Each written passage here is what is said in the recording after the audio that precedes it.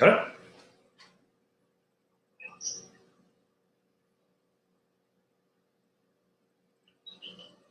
Says I'm live.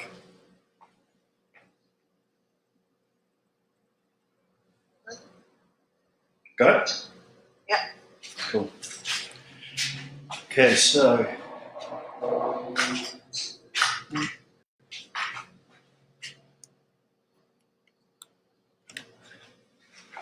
how's that? It's delayed.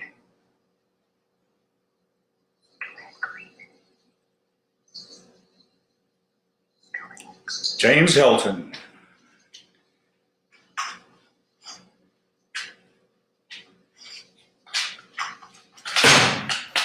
You've got Wayne and Shelley. Hi.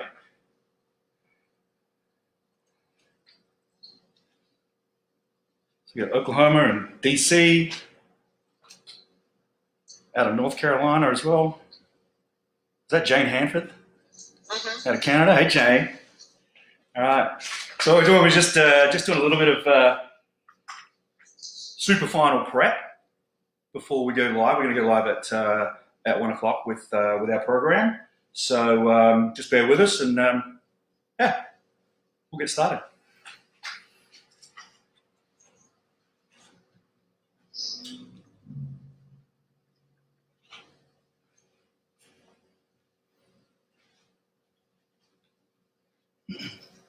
We've got Donna from the UK. Hi, Donna. Welcome.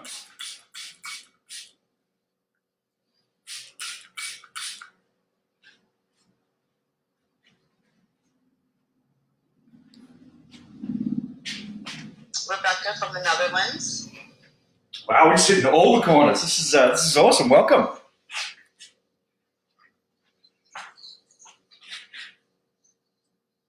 It's kind of weird. I'm gonna be honest with y'all. It's kind of weird to be standing in my garage playing with dolls. Usually you're in the salon or the academy or somewhere like that, and I look around and I see all this stuff, and I'm like, this is just not a familiar setting for me. It's kind of weird. Lynn Clark, tell her happy birthday. Whom? Lynn Clark. Oh, Lynn, yes. Lynn, my sales rep. How are you, Lynn? Messaged you this morning. Hope you're having a great day. Hope the cats are taking care of you.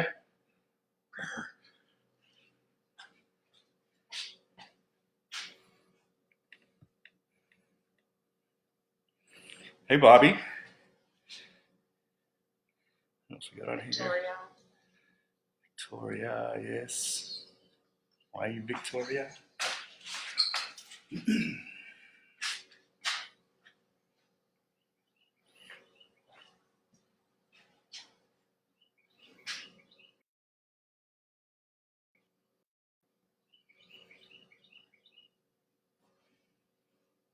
Little Bartolucci. Jess. Morning, Pamela. Calgary.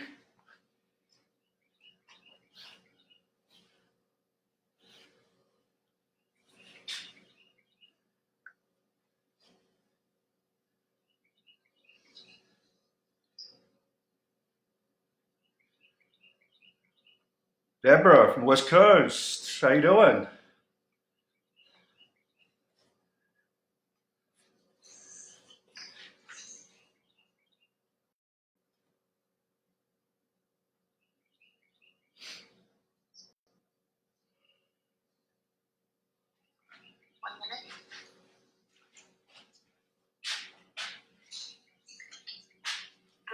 Dallin. Hey, Dallin. Mercedes, how are you?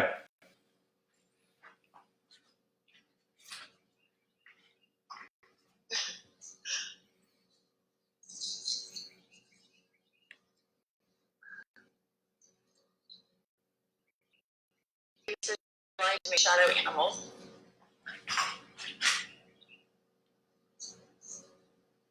And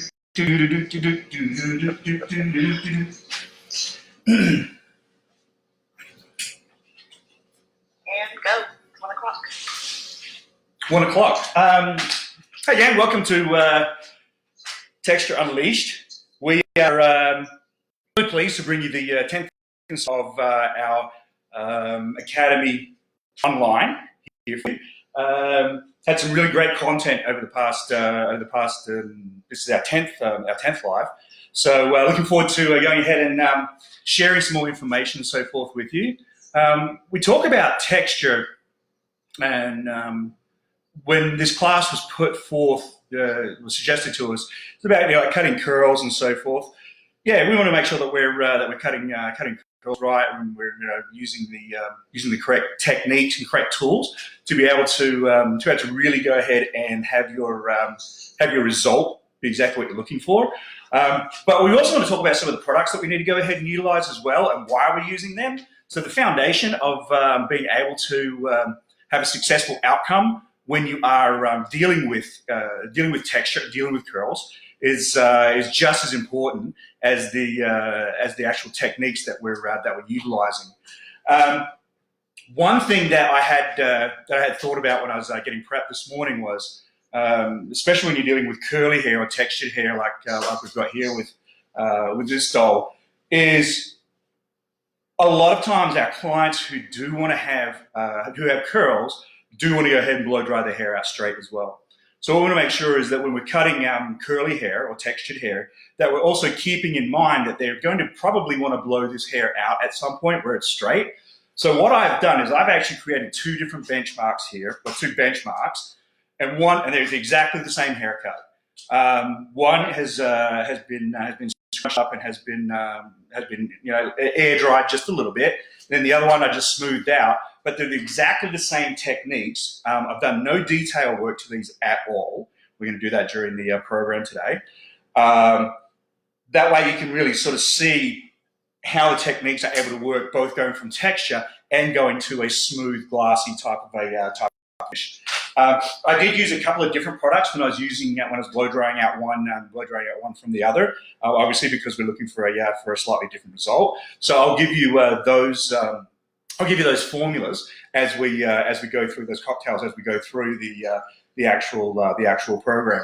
I've got Jessica Mills on the phone as well, and she will be fielding phone calls and so forth, questions for us. So don't be shy to go ahead and ask questions. Let's make this as interactive as we possibly digitally can.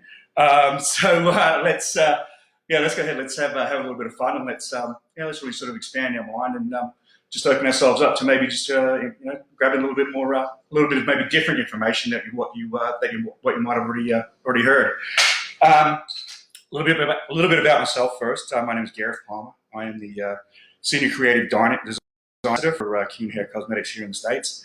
Been with Kuhn now for about 18 years. I've been using the product for 20, and having a ball with it. I'll be honest with you. This is it's a fantastic company. I'd love for everyone to experience the journey that I've had, and a lot of my colleagues have had along the way too, whether it be as a Kuhn user or as a educator. So we're always looking to expand our team. So if you're intrigued by what you've seen online so far, don't be shy to go ahead and give us a buzz, and who knows, you might find a home with us. So let's get started. So I'm going to leave my curly hair mannequin up here, and I'm going to put the smooth one away. Excuse me. So when we're looking at our doll right here, right now, you can see one of the big issues that we have with curly hair or textured hair is where it becomes very triangular down into the perimeter. So rather than getting that real broomstick type of an appearance, what I've created with this particular program of this particular haircut is something where it got a little bit more of a shearing type of an effect. Now, when we're saying shearing, what we're doing is all we're looking to really do is to create a little bit more of a roundness, and we're changing that silhouette of the actual shape through here. So typically, what we do see out in the field there is where we're all at 90 degrees, 90 degrees, 90 degrees in our elevation with our haircut, and then it tends to get very blocky down at the bottom, down through here. You almost get like a squared off type of a look. What we've created here is a more of a cupping, so that it'll actually start to sit. So when that sits on the shoulders, it can still sit out just a little bit, but you can still go ahead and still have a little bit of that cupping so it doesn't get too bulky and look as though it's almost like a tail on the back through there. So we're going to go through it. We'll show you how to do this this particular cut. Now the cool part about this this haircut is, depending upon how much density you've got with the hair, you want to that's going to tell you basically how aggressive, or how maybe aggressive is not the right word, but how much hair you're actually going to be able to take off.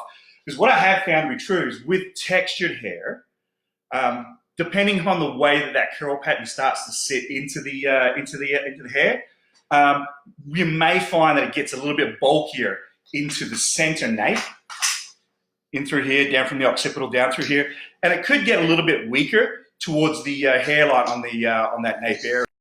So I just want to make sure that you're being very aware, and you're not just even across just that back section of the head through here. You may be using the same cutting technique, but you may only be cutting maybe a little bit deeper into that center, and then on the sides there we may be being a little bit more conservative with the amount of hair that we're taking off. Our elevation is going to be really, really key when we're working with the actual shape.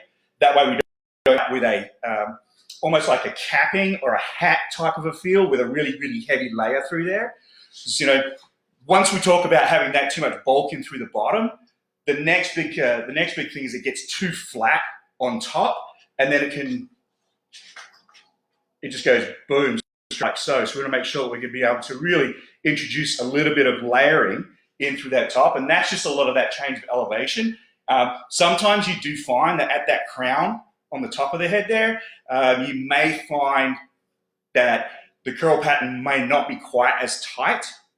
So we may need to free that hair up just a little bit to create a little bit more of an airiness to it. That way you can really change that shape and get a bit more lift on the top. What that will do, that will start to round out the entire look in through the sides when we go into our change of direction at the parietal ridge, and then that really lends itself into that shearing down into your perimeter there. So the way that I work this haircut is now, anytime I'll give you this is my studio tip right now. I've got my regular water bottle, so I use just a little bit of water on there just to get her just a little bit damp.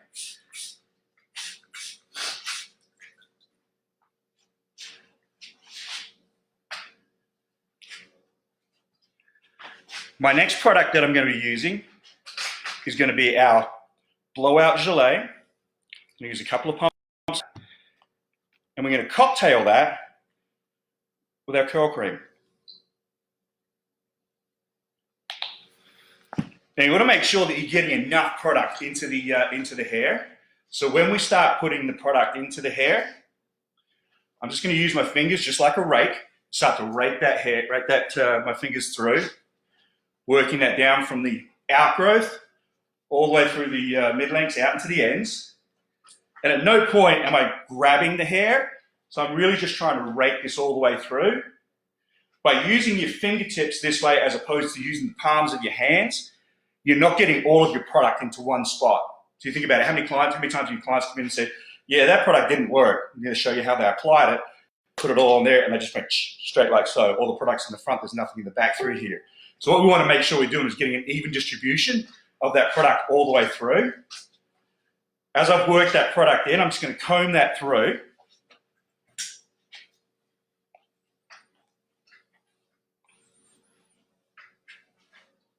And you'll be able to feel when you've got enough of that product in there. I can't emphasize enough that we need to make sure that we get enough product in the hair.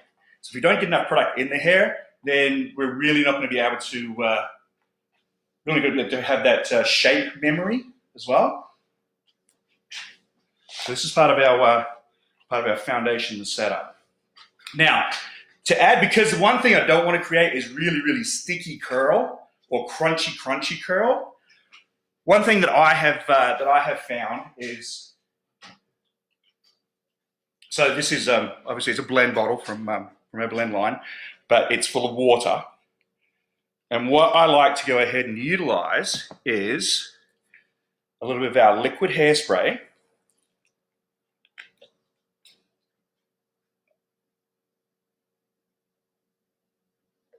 And pour that into my water. And what this is going to do, because of the delivery system of it, just make sure that's mixed up. Anytime I need to re-wet her just a little bit, I'm going to start to introduce a little bit more grip into the curl and into the hair here. So as I'm working from wet to dry, I don't have to continually load up more and more product onto the hair. Because what I'm doing now is I'm starting to place some of that product in there as I'm keeping her wet down. So one of the things we need to make sure that we're doing when we are utilizing curly hair is we're going to make sure that we keep exactly the same amount of moisture throughout the hair, or else you're going to end up with a different amount of elasticity with it, which will then, and it may not sound like much, but we need to make sure that we've got that same elasticity way through. That way our haircuts are going to be even, and we'll have the longevity, and you're not going to have like a weight build up or a long piece or anything along those lines right there. So to section her out, what we're going to do, so I'm going to go from the high point of the head to just behind the ear.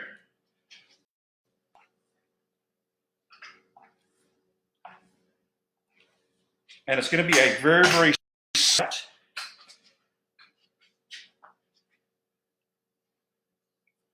Gareth, can you repeat your mixture that you put into with the liquid hairspray? Absolutely. That mixture was just I'm using just an old blend bottle. It was full to probably just below the blend bottle label here, and then I just filled up the rest with the liquid hairspray. Then just gave that little bit of a shake, just mix. Gives a nice even distribution. I like that mist spray to be able to deliver that. That way you don't end up with, like, for lack of a better term, a really tacky spot. So we're just watering that down just a little bit more. Okay. Next, those two front sections through here. When we get into the back, secure that away. When we get into the back, what we don't want to do is we don't want to have a horizontal line directly across the occipital through here. What we want to create is a slight curvature to that section. So that section is going to look like so. So we come just above the occipital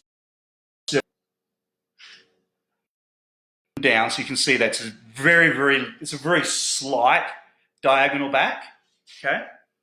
And then you're going to mirror that on the opposite side.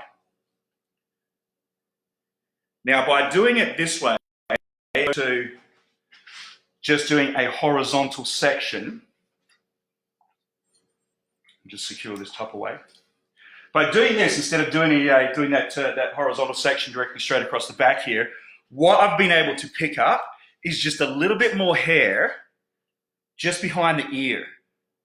So if you're battling, and this goes for, this can go for any haircut at all, but if you're battling a density issue where she might be a little bit, have a little bit more hair in through the back through here, and then we may get a little bit weaker as we get to the sides here behind the ears. If you just slightly round that up just a little bit, it's going to allow a little bit more hair down, and it's going to keep a lot more strength in your perimeter. You can also incorporate some over direction there if you'd like to keep a little bit more in there as well.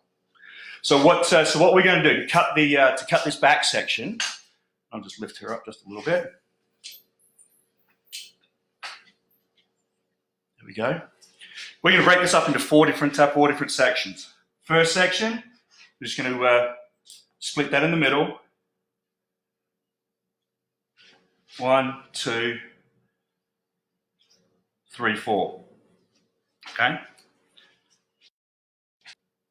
First section, we're going to drop that down.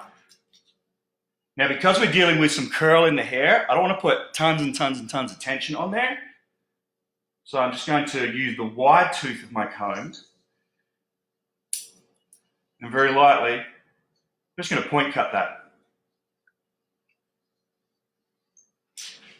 Going to my outside perimeter. I'm going to pull away ahead. I'm not, but I'm going to drop that down to natural fall, and it's very lightly just point cut that.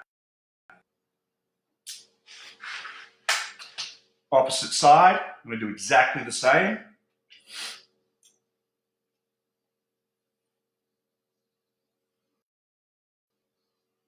Read that up. And then the opposite side again. Drop that down and make my cut. Now at this point, once you've done this, all right, the last thing you want to do is this. She's not a dog. She doesn't need to be like ruffled up and so forth. If you want to see how that's going to lift, just go ahead and just lift that up to see what is going to start to do. One piece here. So that's there. Once we've got our baseline, we're going to go to our sides. And on our sides, from the low recession, diagonal back, we're going to join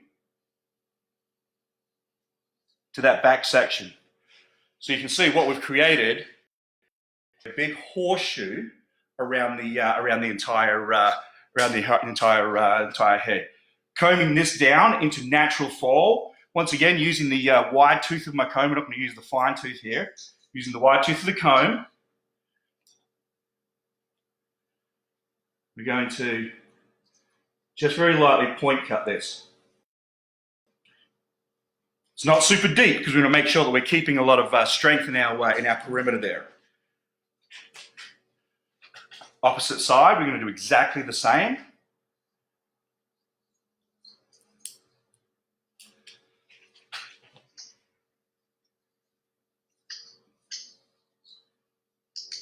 And make a cut.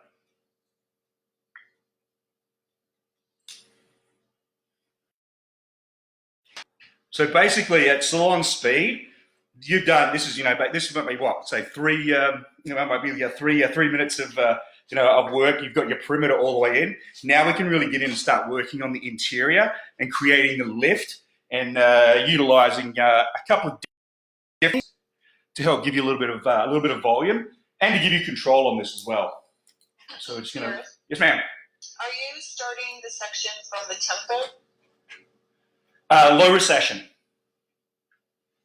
So on the we're talking about the question was the section on the side. You go, which would be, hang on a second, let me pull that up for you.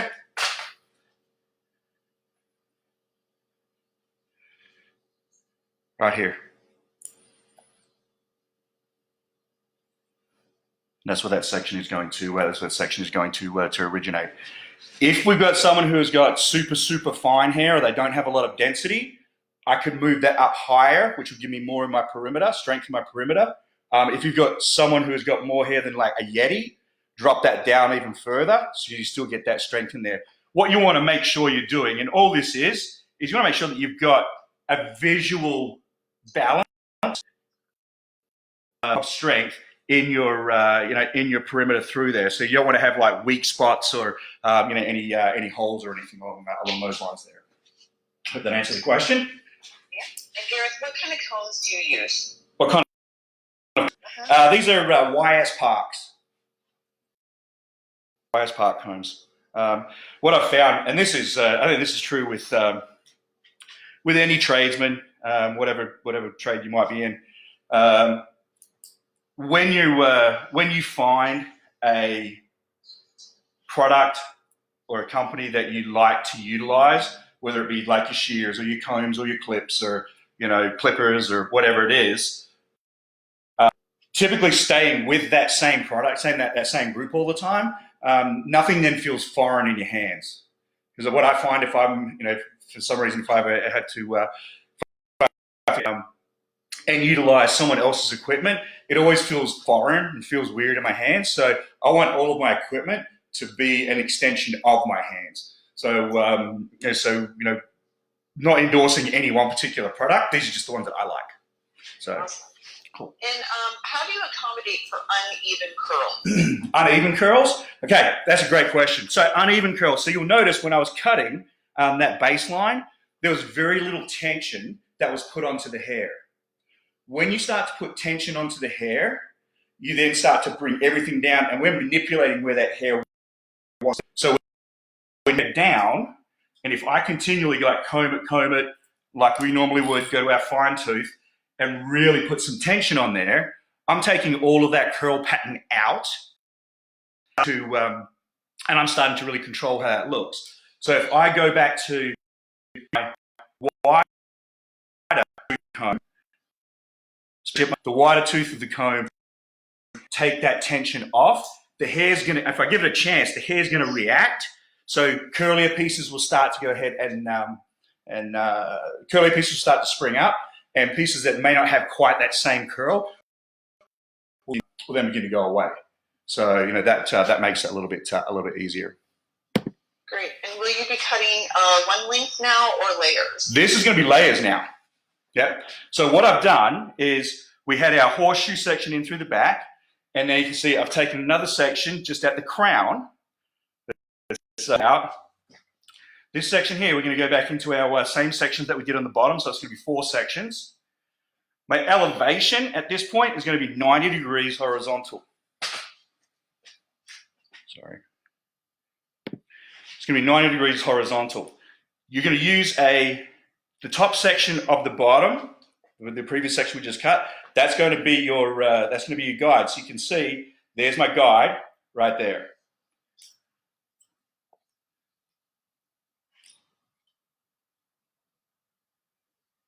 Bring that out. And at this point here, rather than getting really, really blunt, I'm going to begin to sawtooth that down. Lifting that up just a little bit, and I'm going to move over to the side.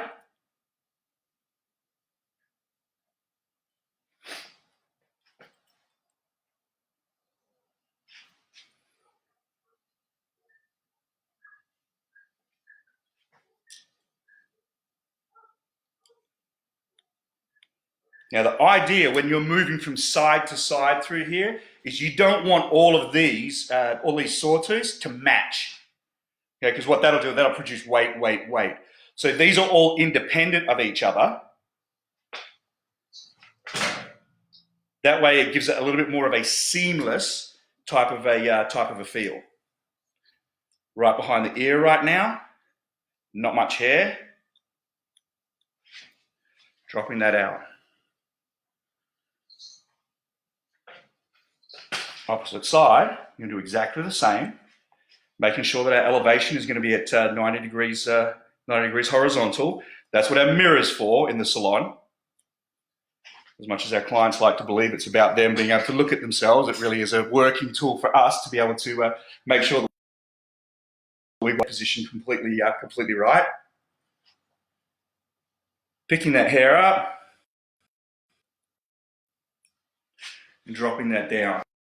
Now, as we get into a profile, you can see just by changing, so going from 90 degrees, from 0 elevation to 90 degrees horizontal, you can see what that has done. It's started to give you that shearing effect. This is where we need to make sure that we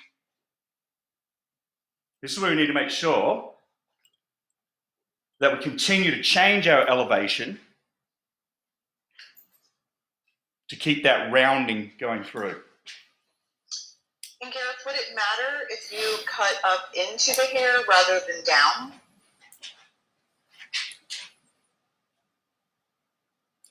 Like so.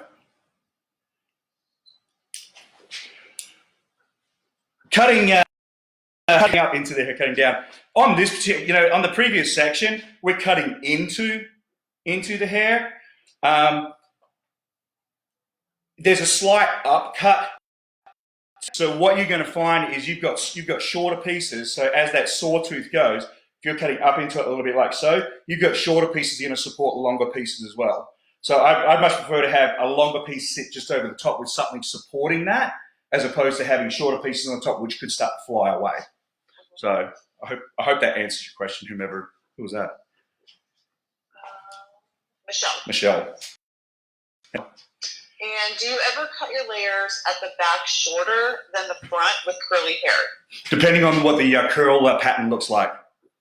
Yeah, I mean, I think everyone would agree that when you're dealing with curly hair, very unlike straighter hair, you might have density issues. But when we're dealing with curly hair, you're dealing with not only the density of the hair, but then you're dealing with a different curl pattern, and that can change as the hair, depending on what part of the head that you're working on.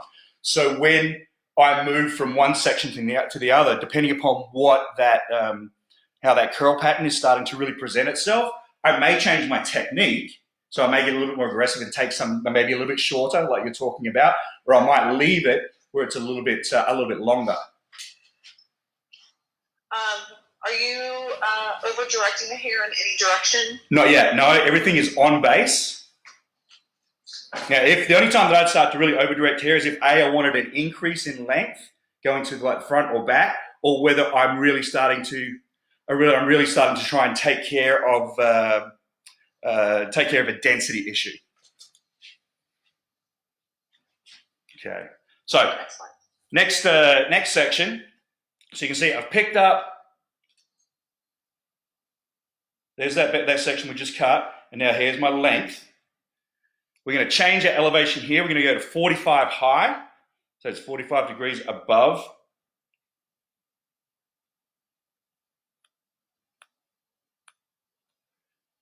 Drop that down. This is a pie-shaped section working off the top of the head.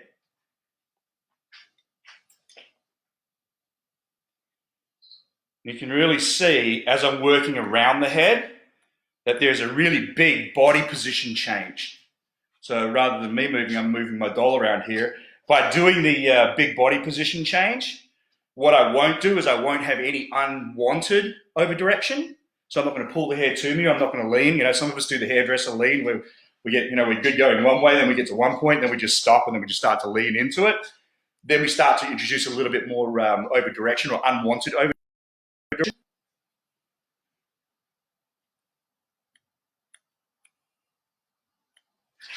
Three.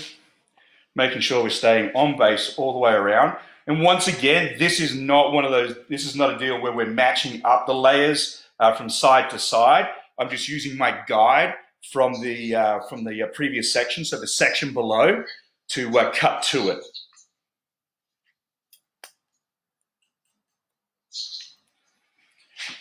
So now we've cut that back section.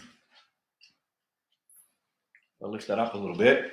Now you can start to see a little bit of that roundness starting to get introduced into our shape. So we've taken off of that triangle off of the back through there. Okay, when we get into our sides,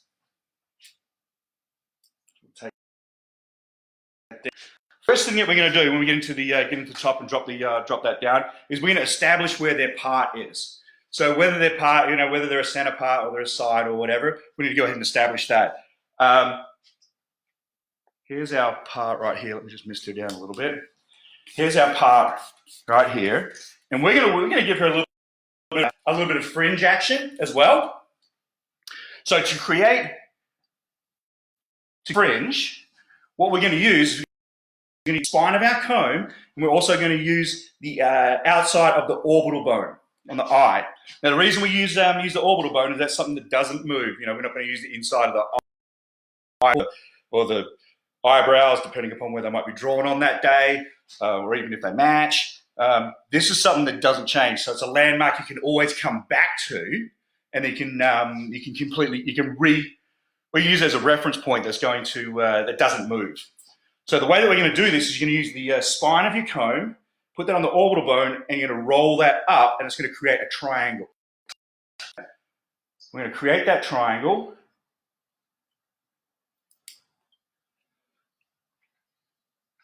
So there's my shallow side of the fringe.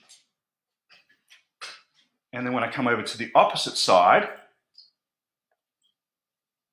I'll roll that comb up, and this is going to give me my deep side. The reason we use deep and shallow is, well, this side is going to be a lot heavier and have a lot more depth to it. And the other side is, I mean, it is what it is. It's going to be the shallow side of it. So it just gives us a nice way of determining which side is which. Okay, once we've established where the fringe is, we're going to secure that away.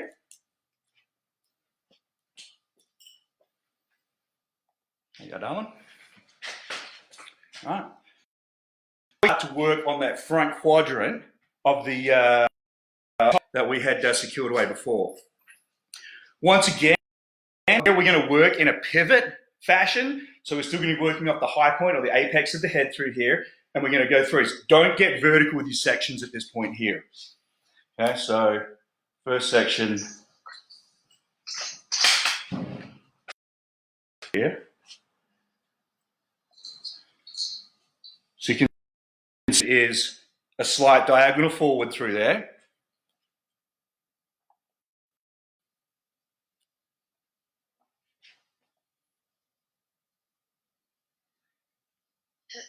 There's my baseline that we had already cut, okay?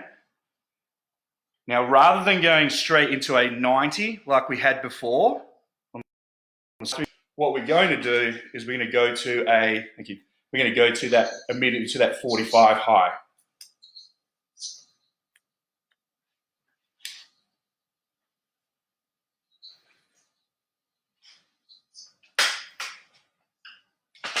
Section just in front of that, straight to that 45 high. Let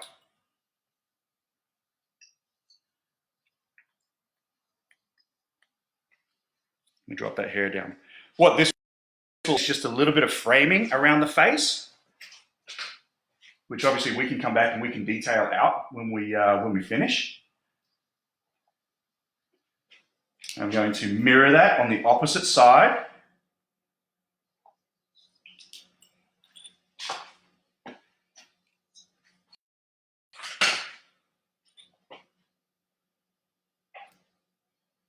One, two, three. Drop that out. And then my last section.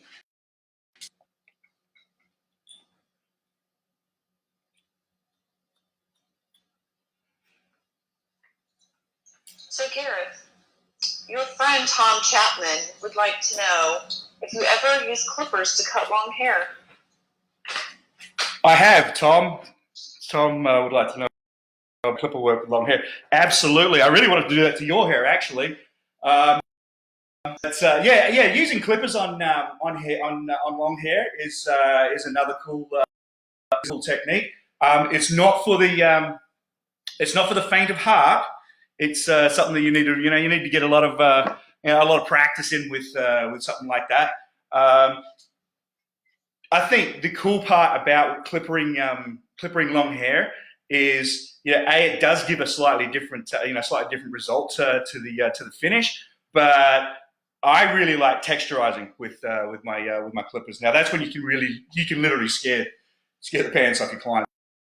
Long hair with a pair of clippers. But yeah, I do. I think it's a fun technique to go ahead and play with. So thank you for that, Tom. I'd love to give you a trim. All right. We've got our shape. We've got our shape knocked in through the side. What you can start to see is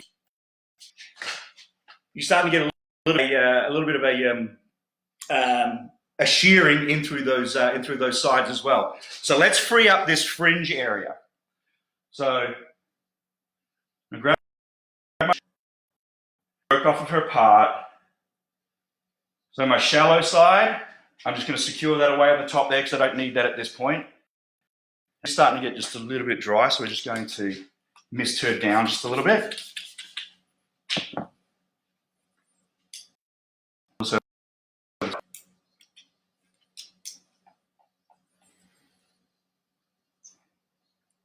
by going opposite from where the hair wants to live, I'm going to create just a softer finish. You see, once again, the hair is ribboning through here as opposed to really fine tooth. I'm going to pull this down to just below her nose, and it's going to cut. I'm going to move that over to the opposite side, and what that'll give me is just a slight pushing off of two lines. To get my shallow side, to balance that, I'll step across my doll. I'm going to grab a small piece from the piece that I just cut, and that's just going to give me just a visual guide. Roll that across, and do exactly. So what that's given me is just a little bit of softness on both sides, as opposed to just having a fringe that sits super heavy on one side, and then just having it really, really long on the opposite side. So how that translates when she's is you can see she's got this fringe action here, and then she's got just a little bit of fringe here, just to create just a little bit of visual balance.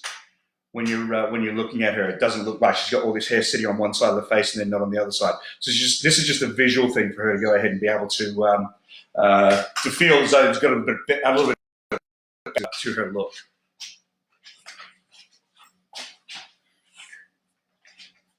Okay.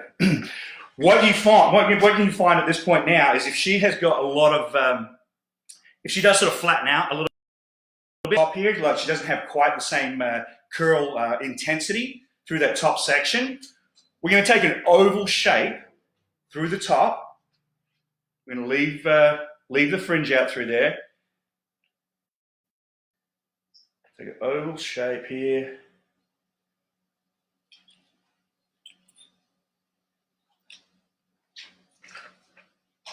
So you can see the section is like so. Goes right up to the back of the fringe. If you remember what our elevations have been as we worked our way through our layers through here, we went from 0 at the bottom, we went to 90 degrees horizontal, then we went to 45 degrees above. Now what we're going to do is we're going to go to 90 vert. Okay, this is going to be straight up.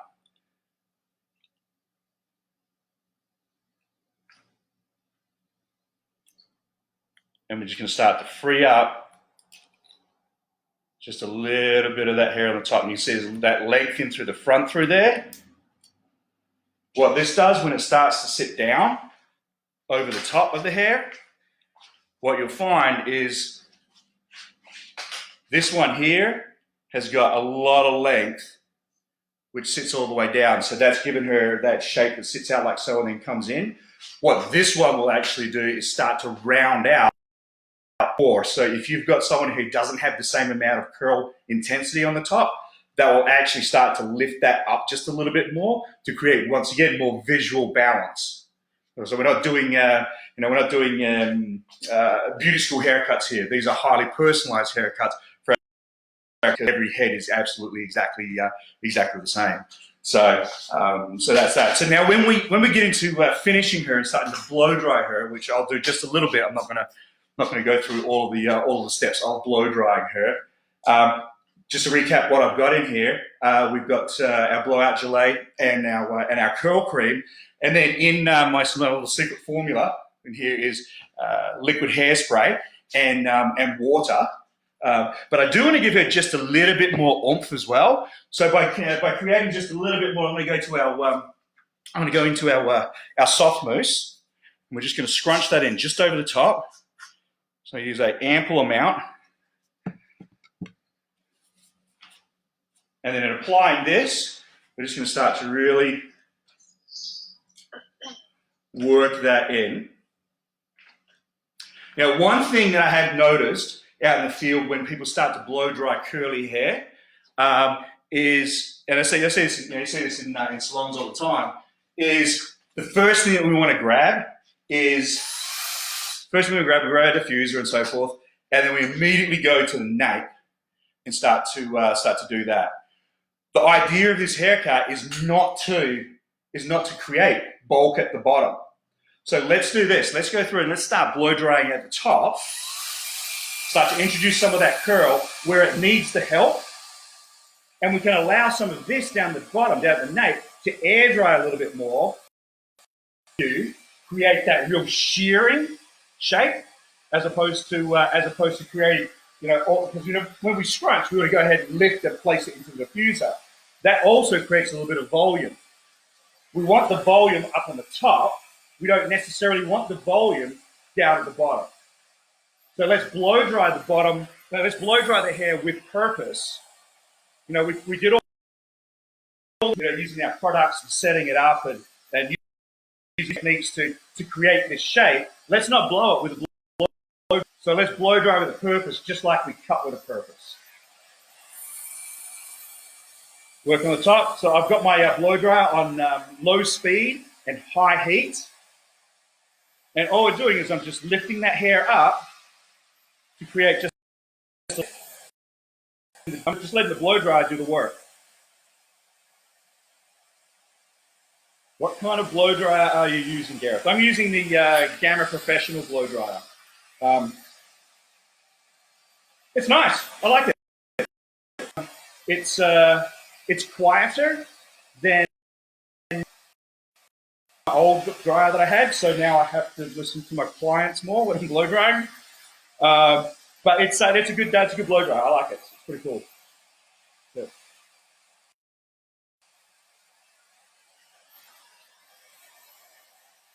One thing I will tell you about this blow dryer actually is when you are smoothing hair and you are having to move a lot of moisture to create a real texture, a resurface that water, blow dry that all the way out. You can literally see the water move out of the hair as you work your way down the hair shaft. It's pretty incredible.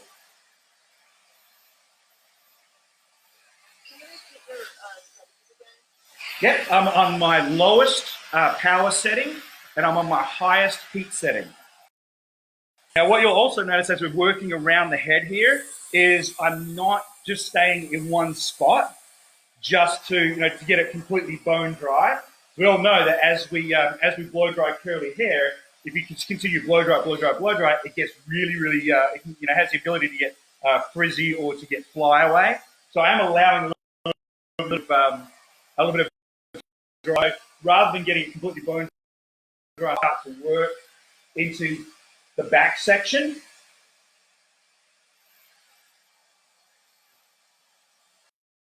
The back section through, pushing more into the head, and then when we get down to the nape, to the length, I'm just leaving that hair pretty much where it wants to live. And what this is going to do, it's going to accentuate the shape that we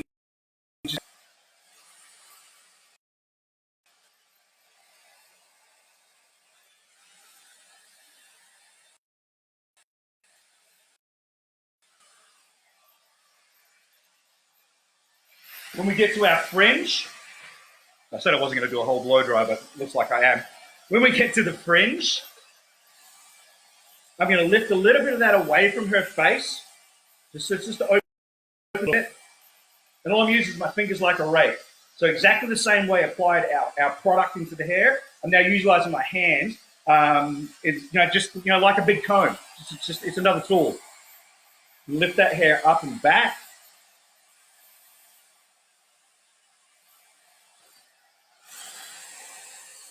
And just placing that hair exactly where I want it.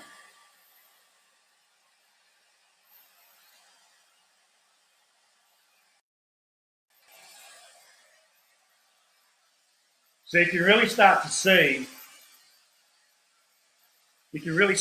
that shape starting to come in. You can see she's got a lot more. If you look at this doll compared to my opposite one, just by cutting that extra top section on the top here, see how that really freed up so much more of that top section through there? Down here, you can see she's longer through that top there, which gives the illusion of maybe a little bit more length. On the almost takes on a shag type of a feel to it, type of look. This has just got a little bit more length to it as well. So then the next question that we always get asked is, how does this go ahead and translate into smooth hair? Gareth, could you repeat your product usage on the curly version, please? I absolutely can.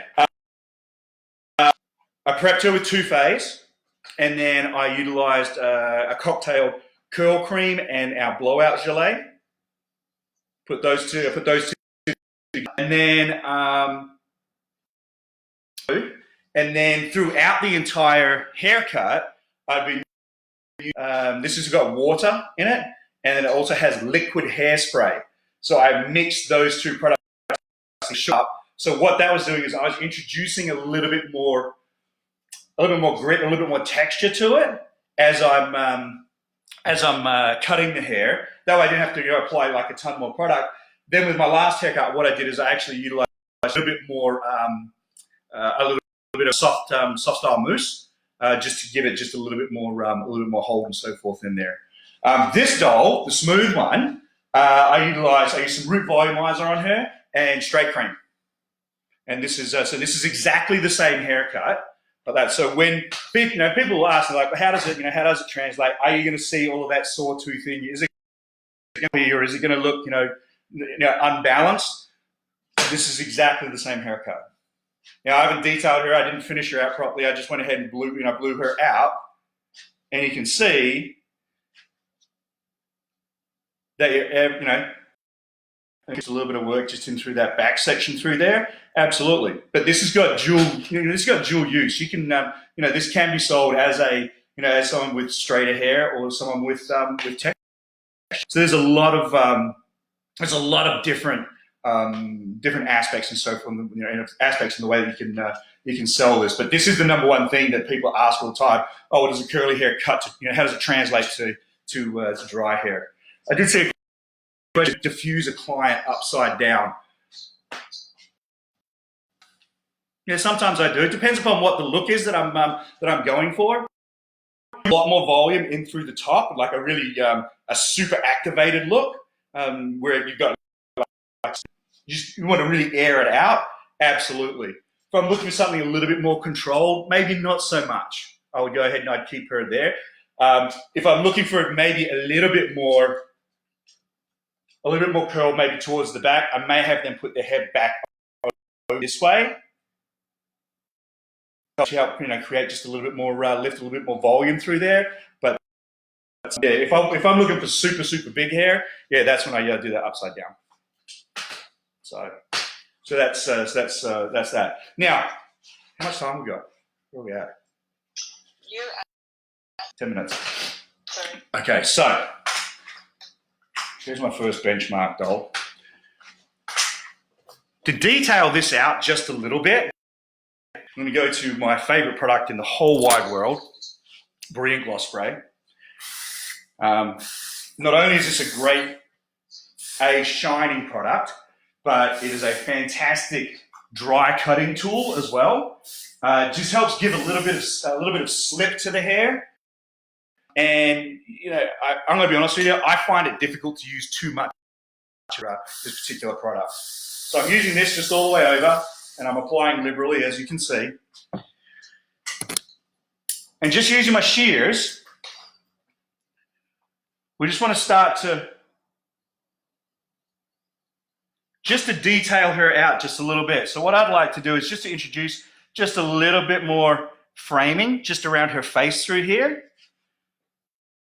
And while in her curled state, I'm just going to pick those pieces up and just very, very lightly just walk my shears down.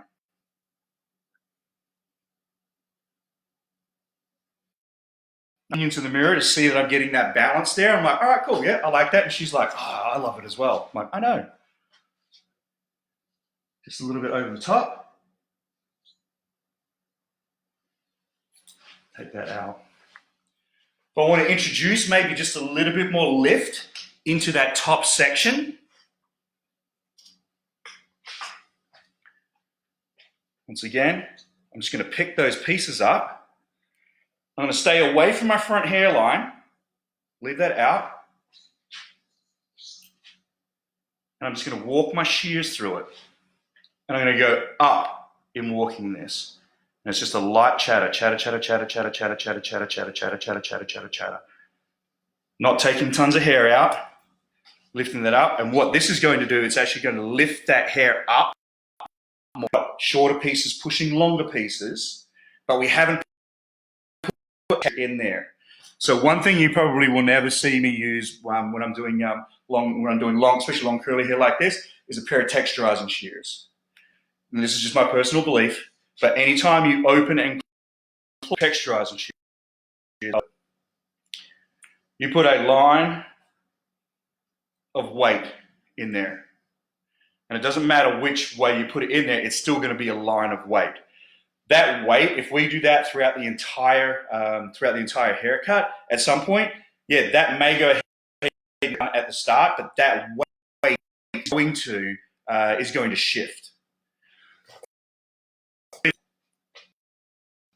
By doing it this way, what we're doing is we are actually spreading out the texture that we're putting in the hair. So you can see we're starting here, we're ways away from the scalp, and then I'm just lightly working my way up and not putting that line of texture mark in there as well. What that's going to create is an easy grow out. B, it becomes more personalized once again, so you can just put that in exactly where you wherever you want it. You can also, if you're a razor fan, you could bounce your razor through this. And in bouncing your razor through it, and I know there's a lot of people don't like using a razor on curly hair. I personally haven't had an issue with it, provided you're not chopping trees down, right? We're not lumberjacks with this. So we're just going to pick that hair up very, very lightly, and we're just going to hold the razor, and we're just going to bounce that in an upward fashion. You can see just in doing that, it did not take much hair off at all. So the more aggressive you get with that, the more texturizing it can be as well.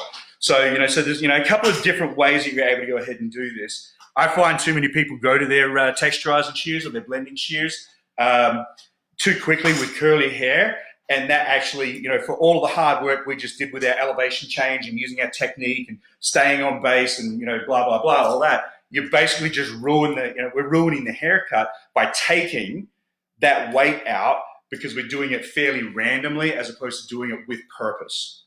So, so one thing I'd like, would love for everyone to be able to take away from today's program is that we're cutting with purpose. The way we do it, or we were taught, let's actually cut because there's a reason behind the technique and what our desired outcome is going to be. Question?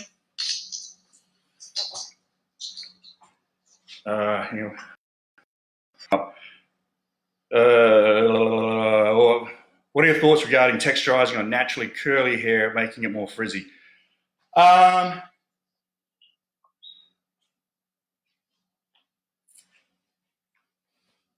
find that if you're getting a frizzy result when you're texturizing hair like that, we're either A, not using the correct tools or the correct technique in there, or B, what's the setup in there? Because I think every curly part of every curly hair has got the ability to be frizzy or to get a little bit unruly. So we want to make sure that we're setting that hair up just in the foundation, in the products that we're utilizing as well. So maybe there's not quite enough product in there, or maybe we need a heavier product. Maybe we need to really be a little bit more aggressive in the way that we're trying to control the fabric, and make sure that we're utilizing something that's got enough oomph and enough hold to support the technique and to control the actual product or the actual way that the hair is presenting. Thanks. So I hope that answers your question there, Margaret. All right.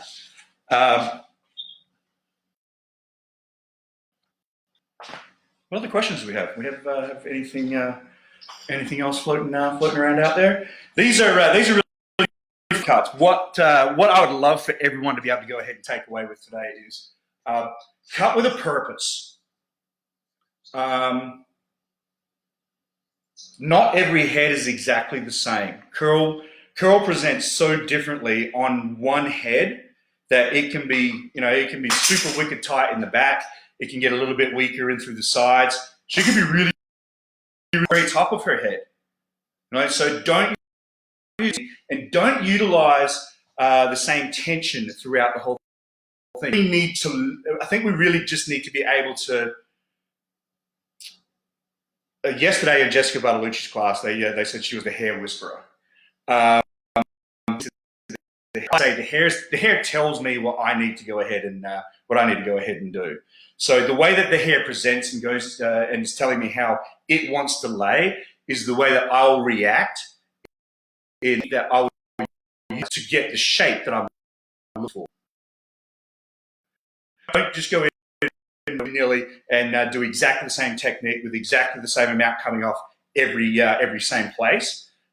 Read the hair, read it in quadrants. Read exactly how that hair is presenting, and what you'll find is I think you'll get visually balanced and a more visually pleasing result with your design. But I think the really cool part about it is, and the big takeaway is, when we read the hair correctly and we really apply all of our skills to this, it makes our client's job so much easier at home because we have given them that highly personalized haircut. So then that gets into, we're going to teach our clients how to apply the product. We're going to teach the product and how to actually blow dry when's too much or when to stop, however that works through there. Have the conversation with your client, find out what this actually, as to how that they're dealing with their hair. They will tell you basically what needs to happen. It's our job just to read the hair and apply what they need. I would like to go ahead and thank each and every one of you for taking the time and spending the past, hour thereabouts, 50 minutes with us. We've got a great week of education this week, starting on Monday with James Helton, I believe, at 1 o'clock Eastern Standard Time. Please let us know what you'd like to see. We want to make sure that we're servicing you guys and not just think you need. Let's hear what you'd like to hear. So drop us a line in the comments and let us know exactly what it is that you're. I hope everyone has a wonderful hopefully with family, and maybe you can do some Zoom with friends or however all that works out for you. I will look forward to seeing you in a week or so. Tune in next week for some great education. Happy Easter, everyone.